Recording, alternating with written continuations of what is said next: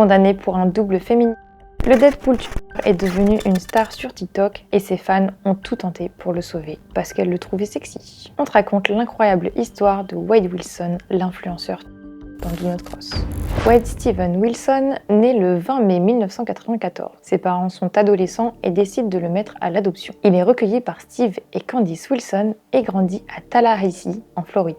Enfant, il est décrit comme un enfant troublé. En 2012, alors âgé de 18 ans, ses démêlés avec la justice commencent. Il est toxicomane et est accusé de vol, d'effractions liées aux armes à feu, puis de violences sexuelles, d'enlèvement et de conspiration d'assassinat. Il commence les allers-retours en prison jusqu'en 2019, l'année qui le fera tristement connaître du monde entier. Car le 7 octobre 2019, Wade Wilson va aller encore plus loin. En quelques heures, il va passer un cap terrible.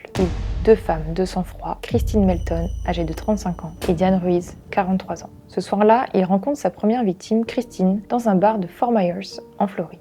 Il va passer la nuit chez elle et l'étreint dans son sommeil. Il lui vole sa voiture et prend la fuite. Un peu plus tard, il croise la route de Diane, une mère de famille qui se promenait. Le criminel tente de la faire monter dans sa voiture, mais la pauvre victime arrive à prendre la fuite. Il décide donc de l'écraser et roule sur elle entre 10 et 20 fois, jusqu'à ce qu'elle ressemble à des spaghettis, selon le rapport d'autopsie. Pris de panique, le jeune homme part en cavale. Ne pouvant pas garder son sombre secret, il décide d'appeler son père biologique, celui qui l'a abandonné à la naissance, pour lui raconter le drame.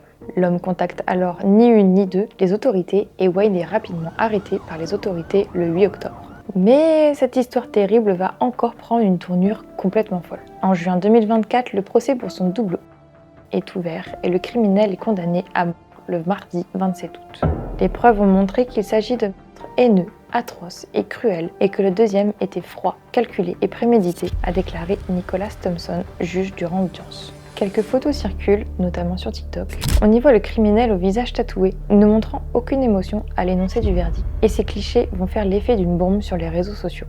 Des milliers d'internautes découvrent le visage de Wade Wilson et le trouvent magnifiquement beau et sexy.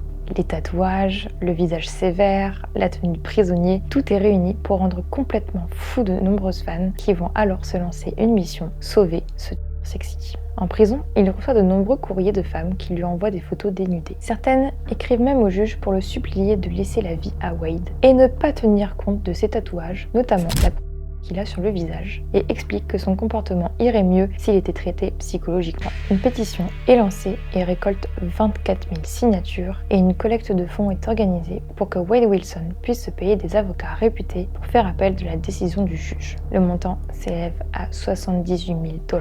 Le criminel hérite même d'un surnom, le Deadpool tue, et avec son nom et prénom similaires au héros Marvel. Mais rien n'y fait. Wade Wilson est, au même moment, accusé d'évasion et d'appartenir à un gang de suprémacistes blancs, ce qui n'aide pas sa cause. Le juge valide donc son choix de la peine de mort et le criminel attend depuis d'être transféré à l'institution correctionnelle Union en Floride pour y être exécuté.